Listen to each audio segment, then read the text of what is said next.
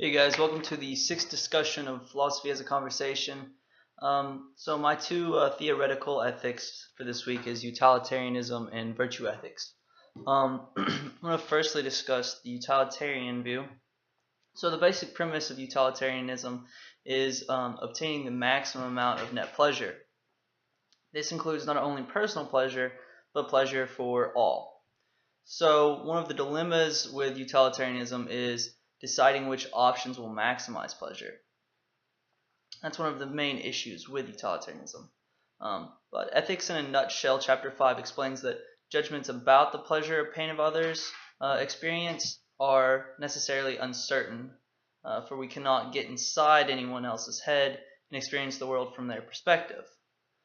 But what we can do is 1. Articulate our options. 2. List every potential impacted.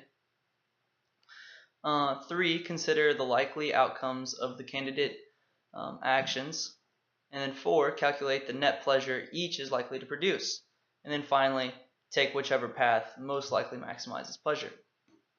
So those are the few steps there for utilitarianism. So lastly, there's one more thing. Philosophers have traditionally distinguished between act and rule utilitarianism. Act utilitarianism consists of taking your time to calculate for every decision, whereas rule utilitarianism follows general rules that tend to maximize net pleasure. Very important stuff, and I'd say for my example, I'm going to talk about utilitarianism and politics in general. So you can't really use feminist care ethics whenever you're in politics, because if you only cared for the people around you that you loved, it'd be kind of selfish to the other people that you were not related to. So it's better to try to maximize the net pleasure for all people, not just your individuals around you or just your loved ones, but maximize net pleasure for everyone.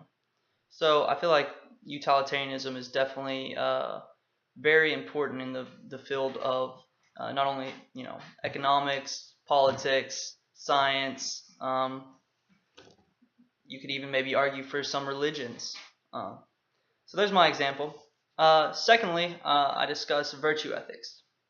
So virtue ethics argues we should do our best to internalize and practice characteristics like honesty, courage, humanity, thrift, and try to avoid vices of sloth, greed, gluttony, cowardice, and vanity.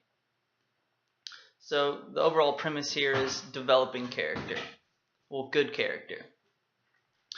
So you can practice virtue ethics by following virtues and avoiding vices, and you could also behave as a role model would,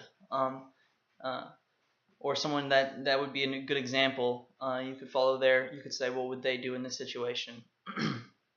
And so an example would be Christians would use Jesus Christ as an example, and they would try to reflect on what he might do in the situation. So some arguments against virtue ethics. Some argue virtue ethics is more about the sort of person we ought to be and less about what we morally ought to do. Another argument for it or against it is that virtue ethics is selfish because it focuses on personal benefits. Well, I say the defense for virtue ethics is also the reason it is important. So practicing virtue ethics will allow us to lead a good life, which in turn will allow us to help others and ultimately better our community.